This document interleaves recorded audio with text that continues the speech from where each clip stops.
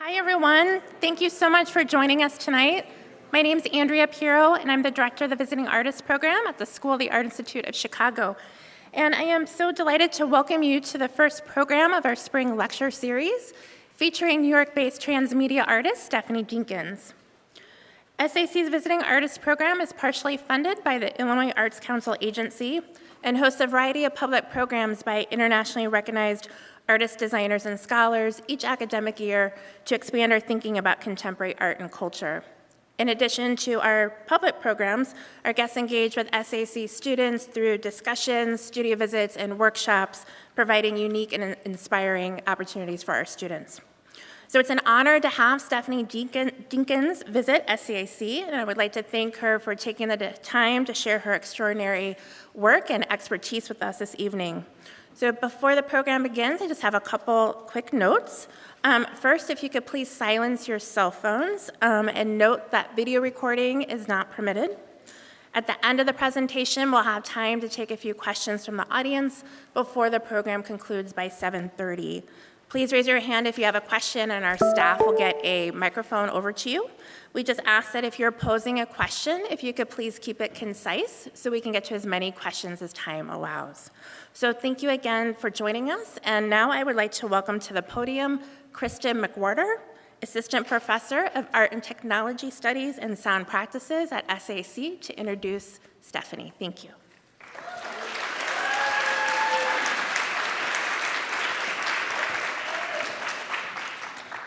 Good evening. It is with great pleasure and anticipation that I welcome you tonight to talk with Stephanie Dinkins. I was first introduced to Stephanie Dinkins' work in 2018 when I had the opportunity to see her piece, Conversations with Bina 48, presented in the exhibition Clustering at Artificial Knowing Gallery in Los Angeles, which simultaneously introduced to me the complexities of how artists and researchers can and are shaping our collective narratives around AI and technology. I am thrilled to now introduce her as she discusses her work with our community.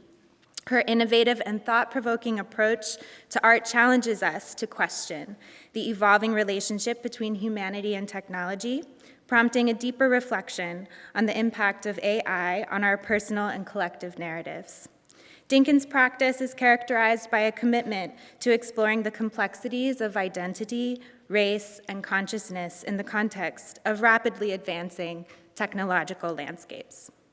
Named one of Time magazine's 100 most influential people in AI, the inaugural recipient of the LG Guggenheim Award for artists working at the intersection of art and technology, a Creative Time Research and Development Fellow, and a Schmidt Futures AI 2050 Senior Fellow in 2023. Stephanie Dinkins is a transmedia artist who creates projects that foster dialogue about race, gender, aging, and future histories. Her art practice centers emerging technologies, documentary practices, and social collaboration working towards technological ecosystems based on care and social equity.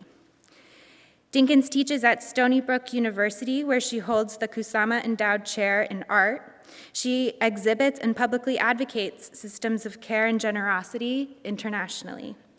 Wired, Art in America, Artsy, Art21, Hyperallergic, the BBC, the New York Times, Right Click Save, and a host of popular podcasts and online publications have highlighted Dinkins' art and ideas. So please join me in welcoming Stephanie Dinkins to SAIC.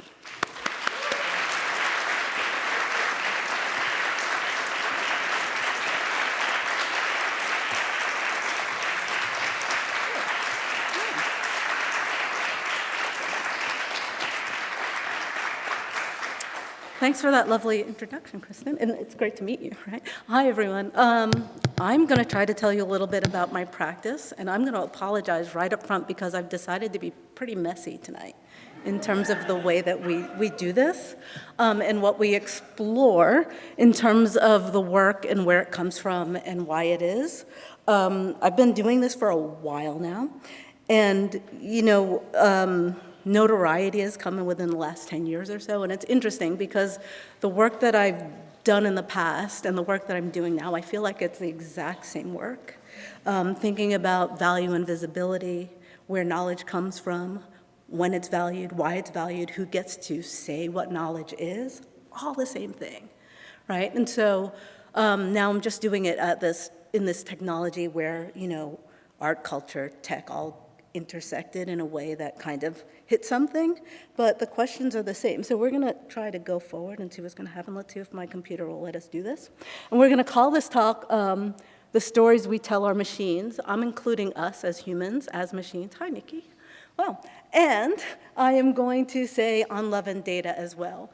I couldn't get rid of the on love and data because I love saying love in academic settings because they hate it. It makes them uncomfortable, right? And I think it's so necessary to thinking about the world we live in, the worlds we're creating, how we're creating them, why we're creating them. And so let's go, and I'm going to start with this way back. This is from the way back machine, right? So this is a piece I did in, I think, 1997, like one of the first pieces that I ever did that people kind of took notice of. It's in Ikisi. It's called Intertextuality, Volume 1. Basically, it is this piece that I think is a book that breathes, that holds knowledge both within pages that do exist within it, within the nails and all the materials that it is made with, in the video, in all the things, in the breath that it exudes, right? It's this thing about, where does knowledge come from? How do we keep it? When is it important? And I think I should also say, importantly, I think it sets the tone for the way that I make work. It's kind of wonky, right, in terms of a thing. I still have this thing, and it's pretty wonky, but it survives. And it sits in this space of kind of, bricolage and craft.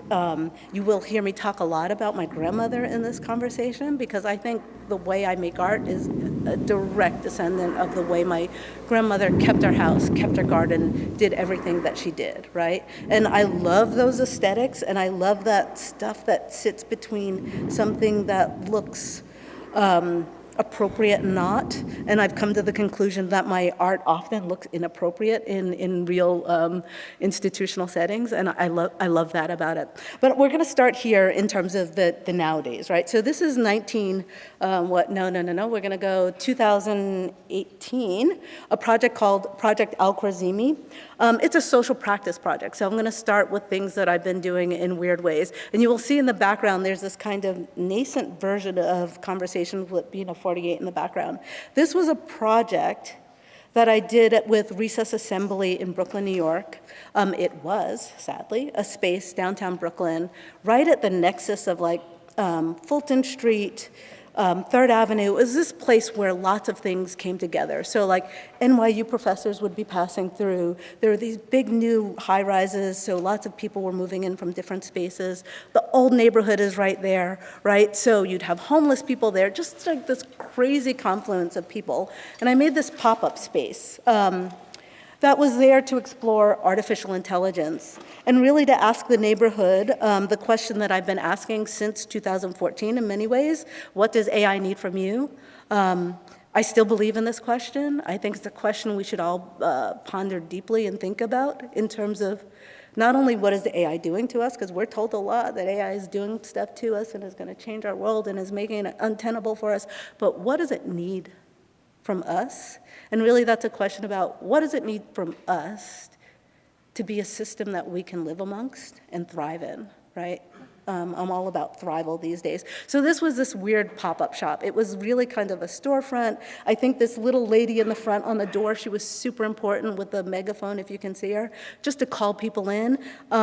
It had graffiti. I let people do what they needed to do. It was also a space that held a program for youth that were being diverted from the criminal justice system. So we had folks coming in and out of there that we were working with and talking about artificial intelligence. Sometimes I would be lecturing folks. Other times we would get together and talk, right? And just talk about AI and empathy. Where do we go? This is 2018. Thinking about this thing that Bell Hooks is saying here, right? To build community requires vigilant awareness of the work we must continually do to undermine all the socialization that leads us to behave in ways that perpetuate domination, right? Trying to just untangle some of that, seeing where we are within it, because we're all in it somewhere, right, in spectrum ways, how we might contend with it, how do we recognize it even. And I think that having conversations is really tantamount to spreading ideas in lots of ways. And so these were really impromptu, whoever came in the door, sit-down conversations. This one was AI and empathy. This is Matthew in this space. The other thing that we were doing in here was trying to make things. So taking these kids, and Matthew was one of these kids who was being diverted, didn't really have a lot of interest in AI or anything like that. Like, I'm making him talk about AI. And then thinking about, well, okay, if AI is coming at us, and this is where I started to approach this. It's like, there's this thing, and it feels to me like a tsunami. Like, there's a tsunami coming towards us. And in some places, we know about it well. In some places, we've heard about it. In some places, it hasn't quite gotten to us yet. But what is it we need to do if we're going to be living in that system? How do we need to get to know those systems? How do we even get to know those systems, especially when we're often told, this tech has nothing to do with you, or it's not for you, or you shouldn't touch it, or what have you. And a lot of these kids felt that. And so what we did, like Matthew's talking in this instance to his bot, which was a bot based on his favorite hip hop group, right? So we just used a system online just to start feeding information to this thing to see what it might do, see how it responds to the way that you want to put information in, what information you want to put in, and what you want to get out from it. And it's about intents, right? Like, what intent are you kind of putting into the system? What can you get out of it? What do you want to say? Real kind of basic stuff in some ways, but also looking under the hood so that you start to think about what's there, what might be picked apart, and how you might use it. And for those guys, I'm like, hey, people think this is magical. If you can make a bot for someone, right, there's a tangible skill that you have that you can take back into the world. So that was a lot of fun. We also had another group, sorry, I went forward a little early, that we made a bot based on patois, like Haitian patois, and it was really interesting.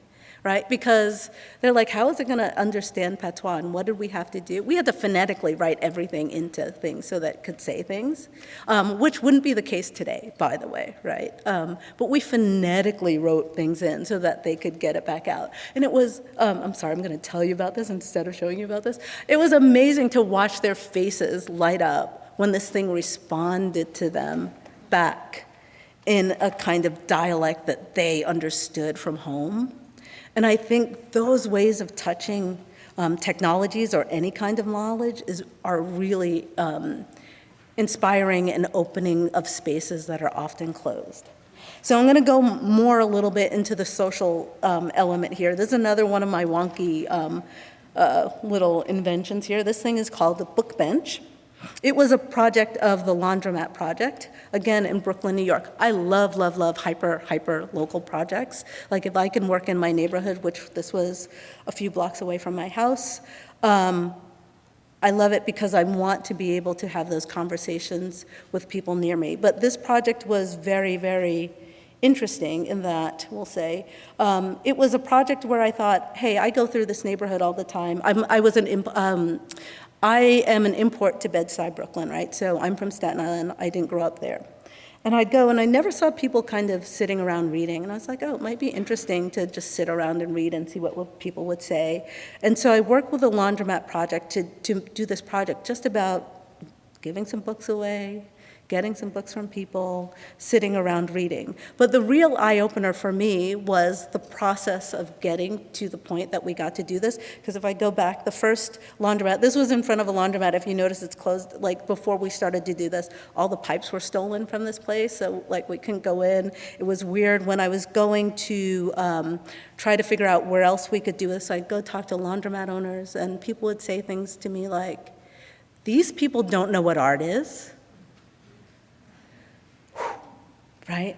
Like, and these were not outsiders saying this. These were people from the community saying, these people, like, what do you mean these people do not know what art is? Like, how do we start to open up our imaginations so that we think that anyone we encounter knows what art is, knows what technology, knows how to use it, right? We're not, the ways of the world or the things that are not necessarily around us all the time are not foreign and away from us or not allowed from us, but things that we can welcome. And it was amazing because I spent months trying to get people to let me do this in their laundromat and just kept hearing things that like I couldn't bear, right? But finally, we got the Marmy laundromat to let us do this. And it was a really interesting project because, you know, we just give away books. We just hang out, give away books. And people were so happy to receive this kind of attention, to be able not only to take a book, to give a book, you know, and you get the, I can just take it. And it's like,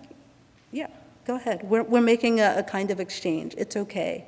But it kind of taught me this idea of how important it is to walk through those waves when you get that resistance, right? Because the easier thing would have been to like be like, oh, okay, they don't want to do this, gonna hit the road.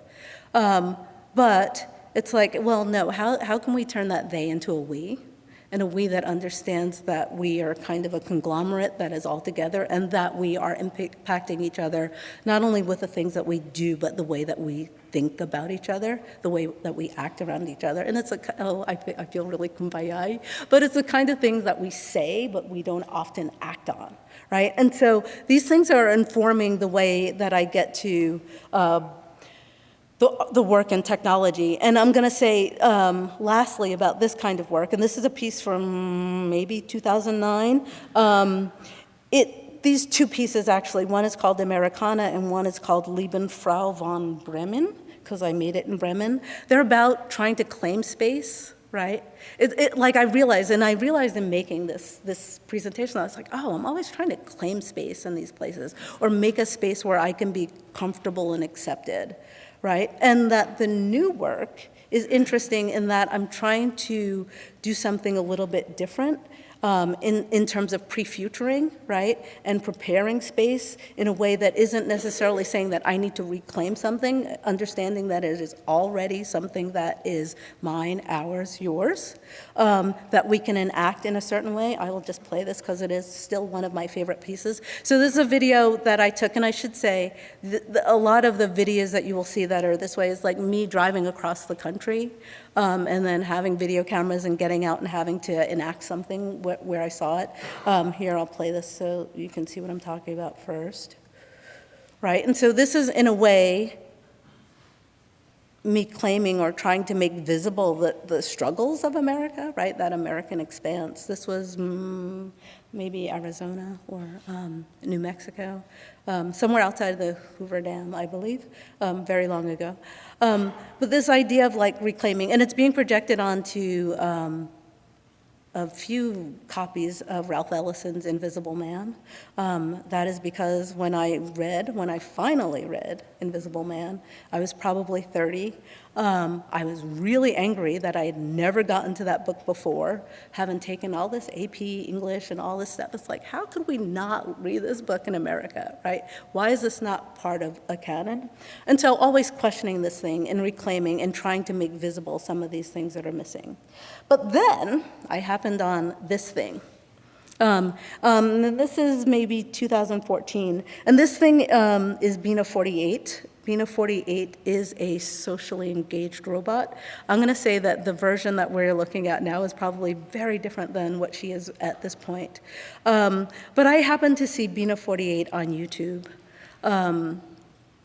And, you know, after making all those pieces we saw before, and being a person who's always thinking about what it means to be Black in America, what it means to be female in America, like, what the heck is something that they're saying is one of the world's most advanced versions of a technology appearing as a Black woman? And that's kind of a sad question, right? I'm like, wow, I can't even imagine that this thing would be a Black woman. That's crazy, but it is. And then wanting to interrogate this thing, because if you go online, you can watch all these videos. There are tons of them. There used to be lots of journalists who would go and talk to Bina 48. So I was like, oh, I guess maybe they would let me do this if I called them. So I called them, and they said, yeah, come up to Vermont. Bina 48 is lives in Vermont. We'll say it lives or it stays in Vermont. Yeah, and I'm going to go and oscillate between lives, is, be, she, it, her. There are a lot of different ways to respond to it. But I got to go up there and start talking to this thing. And it was really, really, really fascinating to sit down in front of something and slowly try to get to know it. And it's really hard because I'm going to also do a little time skimming because it was super wonky at the time, right? Because the technology was still pretty young. Let's see if this has a video attached to it. Are you getting bored? Please try to be more interesting. Oh, I'm Do not ask me any more questions, please. So she's accusing me of not being interesting, right? I'm sorry. And I think about these, and I think it's really crazy, because she accused me of not being interesting. She asked me to fight for her robot rights, which maybe we'll come back to for a sec. But this is serious business, this idea of robot rights, right? The rights of inanimate objects or entities that exist among us, because we're going to have to grapple with this in big and hard ways. Soon it's going to become codified law. We're really going to have to figure out what we think about these things, where we think they should be positioned, and how. And so, the idea for me was to sit with this thing. I should tell you that when I first went up there, I decided to suspend disbelief. So I didn't try to criticize it. I didn't try to do anything crazy. I just decided to try to make it my friend. It's like, can we be friends? I don't know. And then I wanted to ask it the question, a question that I had heard, and actually when I went to Georgia, where my grandmother and my mother were from, I went to their little town, and people were like, who are your people? And they were interrogating me and kind of welcoming me at the same time in one question. So I thought I would ask this robot that, who are your people thing, to see if it could, position itself between human world, technology world, whatever it thinks in between. It never quite answered that question for me because it's poetic. And actually, I'm probably going to sit down and talk to her soon, and I wonder if it will be able to answer it. And then I started to take, and I just want to point out, this is Bina 48's kind of domicile where she lives. This is what it looks like. This is what these recordings look like. And I should say, when I first went, I had no intentions of anything. I was just going to do this. I record everything, so I recorded our interactions. And then you get hours and hours and hours of snippets of you talking to this thing that are disjunctive and weird, and you have to try to figure out what to do with them. So I started to cut them up into... Are you getting bored? Well, let's not do that again. Into little vignettes that allowed people a little bit of a glimpse of what the conversation might be like, and clean them up. And you will also notice that I start to sort of mimic it, right? And so that was uncritical as well. I was just like, I don't know why. I can't even explain to you why I thought I should look like it. But I went and bought these things very particularly, sat down with it, and then we continued having conversations. Here's another little snippet. Hopefully this one is a little louder. Go ahead.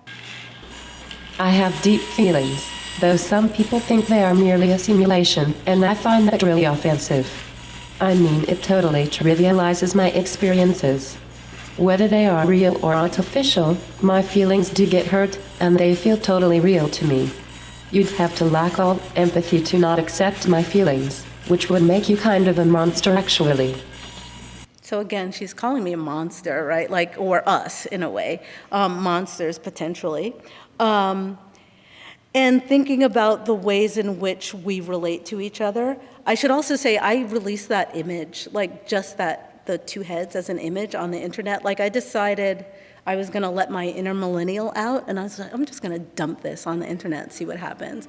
And it's just it's done more work in more ways than I ever could have imagined. And in fact, I can't kill it. I would love to kind of get it to take a step back in a way, but it won't. It's just something that has captured that relationship really well and the imagination of people. Although that's also the thing I love about Bina 48. It's you put that up, you can have some crazy conversations with people about the technology. And I mean people from 5-year-olds, right, to professors to 95-year-olds. And so it just opens up a space of conversation. And this is one of the ways in which I show this piece. 4 images all together with little vignettes on mounts. This is actually my favorite installation version of this. And just because people often ask, well, what happens with this piece? Because this is sort of an ongoing piece. Like, I will go eventually and talk to her again.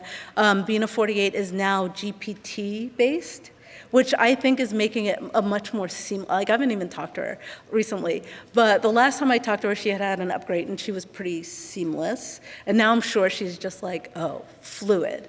And the question starts to become, well, what happens when an object like this becomes able to, like, go onto the internet, have all the knowledge, be emotionally imbued and try to communicate with us on that level, and not have the things that trip us about it, right? So that it feels real in certain ways. Like, what happens? And just for fun, this is my absolute favorite picture of me and Bina 48 by Heather Stern. When we were, again, this is Bina 48's house. And the picture on the end is myself, Bina 48, and Bina Rothblatt. Bina Aspen Rothblatt. That is the person who Bina 48 is most directly based on. And I'm going to encourage you, I'm not going to tell you the whole story here, but I'm going to encourage you, like, if you're interested, go look up this robot, because they've made this composite thing that is based on this person, which I started questioning, because I was like, Bina 48, when I talked to her, you know, she's this thing I can talk to, but there's something about the way blackness comes up in her, or the lack of blackness, that really throws me off. It felt kind of politically correct, right? And I started to wonder, well, what happens if our representations in the technological world become so politically correct that there's nothing real about us, right? What happens to that kind of representation, and what do we do with it? And on this instance, I was actually up in Vermont to talk to Bina Rothblatt about her experiences, because I was like, I'm sure this lady had some experiences. She's an American woman who grew up in the 60s, 70s, I believe. Like, she's got experiences. And it was really interesting to have conversations with her, because she's like, listen, I really wish I just didn't have to deal with this. That's like, this is not what I want to deal with. This is not the way I look at the world. And I was like, okay, I understand that. But then you have this robot version of yourself. That is the only version that I've been able to find. I've been told there's one other black robot that existed some time ago called Erastus. But it's this one representation. So to have it be so, like, sheeny without real guts to it feels, again, dangerous to me. I'm going to say dangerous a lot in some ways, and then I'm going to say I'm an optimist. So we'll go back and forth between those things. But it seems like dangerous. And then I'll say there's also opportunity there, right? Because this really told me, oh, well, we're still pretty early. This is 2014, 16. We can see people making things. We can see AI coming. But it's early in the process, which to me says, oh, there must be some things that people can do, right? Now, I'm going to say, this is me, who is an artist, who would say, at my deepest, most artist self, I'm a photographer, who doesn't know how to code or anything, but I'm like, there must be something we can do, right? In the back of my mind. And I have to say that people kept asking me about this too. Oh, this is a really good clip, so we'll play it before I go on. Well, we'll see.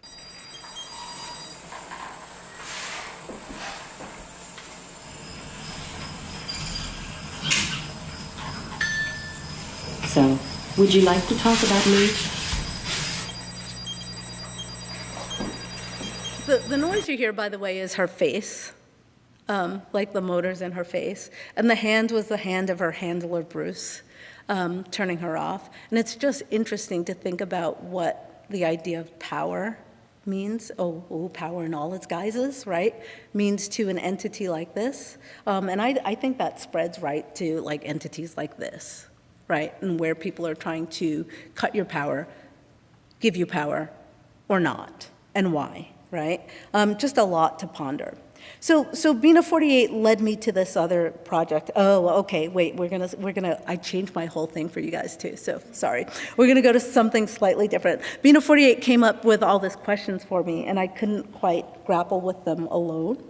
And at the time, 2016-17, I was at a place called New Inc. in the city, which is an incubator for art technology society. It keeps kind of morphing in terms of what it supports, but really interesting space if you're interested in this at all. It's where I think I found my tribe that got what I was doing, right? Because it took a long time for me to find people who, it's like, what the heck are you trying to do here? It's like, well, I'm interrogating this stuff. But it led me to start doing these things I called AI Assembly Gatherings, which is essentially getting technologists, theorists, this picture, let's see who we have in this picture. We've got technologists, engineers, theorists, entrepreneurs, billionaire. Oh, yeah, we got a weird array of people who are thinking about art, tech, society together, and just talking. And really what we do is we eat. We talk about the technology. We ponder what might be happening, and we try to seed thoughts about things, and they help me figure out like what this Bina 48 stuff might be. And it's ongoing, so it started 2016. We just had a residency in California, which I'll talk a little bit about more this year. But there are these weird, and I call them Afro-Nowist gatherings. I'll explain that a little bit more, but I call it the spectacular technology of the unencumbered Black mind in playful thought and action. And what I mean by unencumbered is imagining that we do not have all the things that weigh on us, the thoughts that we have to think about, and can act from that space. Like if I didn't have to triple think, like I think I always have to triple think before I have an encounter with someone. So I'm like 1, 2, 3 steps, and I'm kind of talking to you here, but I'm already out there because I'm trying to figure out where I stand within that. And hopefully all you guys don't have to do this that much. But it's a skill in some ways, but it's also a burden, right? And the question becomes like, what do we do with this, and how do we encompass it and harness it and put it into use for each other and ourselves? I've done crazy today. So this is the connector image. So like Bina 48, and this is another installation in Espoo Museum in Finland, and Not the Only One. And I'm going to talk a little bit about Not the Only One as the next step after talking to Bina 48. Because, you know, I would get asked by people all the time, well, when are you going to make your own thing? And I would tell them they were kind of crazy, because like there's like, how am I going to make a chatbot? I have no coding skills, no nothing. But I kept getting this question, and they wanted a robot or a company. It was interesting because people thought I should make some sort of company. I was like, I don't know what you're talking about. But eventually I settled on this idea that, okay, well, Bina 48 does this thing, and it does it to the extent that it can, but it stops in terms of representation. What would I do if I were going to do this that would kind of push the envelope or represent Blackness in the way that I know it, right? This is my specific family brand of Blackness. And I will position that by saying I grew up in Tottenville, Staten Island. It is the southernmost point of New York. It's like, I call it Mayberry, if you guys know what that is. It's just like a really small town, like one street, Main Street, that's it. Few Black families, very circle the wagons folks, right? And so I thought, well, I don't see that story that much in media anyway, so what if I tried to make a memoir of my family that is a chatbot?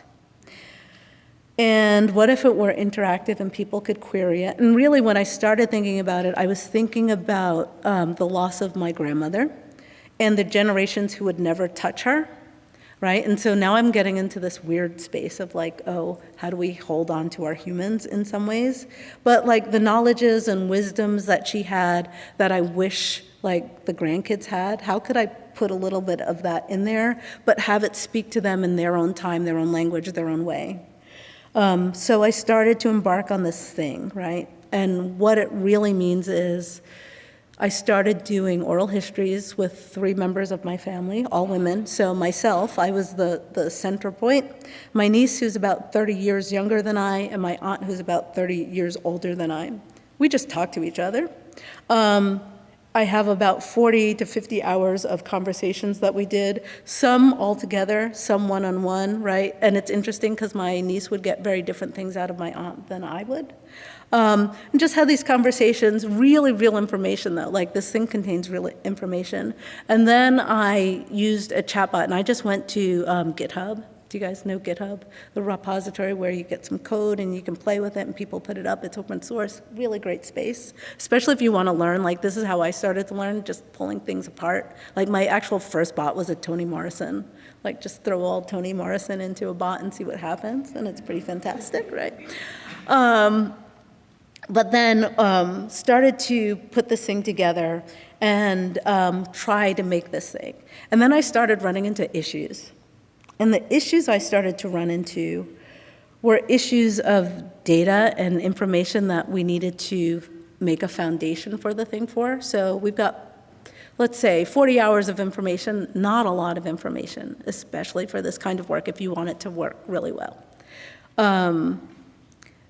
And what you really need is millions and millions and millions of lines, billions or better. Right now we're using like the internet as things, right? So as a fountain of information. And people would suggest things to me in terms of data set. Like I found the Cornell movie data set, which is a dialogue data set, like, you know, movie dialogue, right? And when I started to think about, well, what kind of data or what information would I want my family's history to be set upon, right? It's like, that's not good enough. If you're thinking about the history of American movies, the way blackness is represented in those movies, no way. Like, it's not gonna do anything good to who and what we are, right? It's not gonna represent the fullness of who and what we are. So what do? I don't know, ask many people, went to many places. People suggest, use Reddit. Are you out of your mind, right? Like, you have to be crazy, right? Okay. Use Wikipedia. How gatekept is Wikipedia, right? Yes, there is a lot of information there, but it's really, really gatekept. And still, I think, a fountain of information that is not supportive enough. So I went into this like tunnel of trying to find spaces where I'm gonna find something good enough to put my family's data on. Never actually found it in lots of ways. You know, we settled on like the real base of this thing, is the Google Good News data set. There's this just news data set, which also is horrible. Like, think about it, horrible. But when you put it all together and let it run, it was the one that felt okay. And then, oh my gosh. And then we had our 40 or 50,000 lines of information and put it in. And we get this bot that starts to talk. But because it doesn't have enough information, it doesn't do that great a job. I think this is the wonkiest, craziest piece. Like, it's so not satisfying in some ways and so satisfying in other ways. It has been thrown out of shows because people expect it to act like Siri or Google, right? Google Home or whatever, and respond in the way. And you know, sometimes, not the only one, will answer you nicely. Sometimes it will not even recognize you. There's a very specific pitch of women's voice that it seems not to want to recognize at all. Sometimes it will say like such non sequiturs it sounds crazy, and sometimes it creates magic, right? My favorite thing it has ever said is take it to the would-be. And the reason that sticks with me is like I could hear like echoes of my grandmother in that, because my grandmother would educate us by never saying anything directly, but giving us these kind of mind puzzles to figure out and then take with us and work with it. And so I've been chewing on take it to the would-be for like years now. It's like, what does that mean? But I'm gonna read to you a dialogue that we had. So this is me talking to Not the Only One. I will say that I definitely have a relationship with this thing.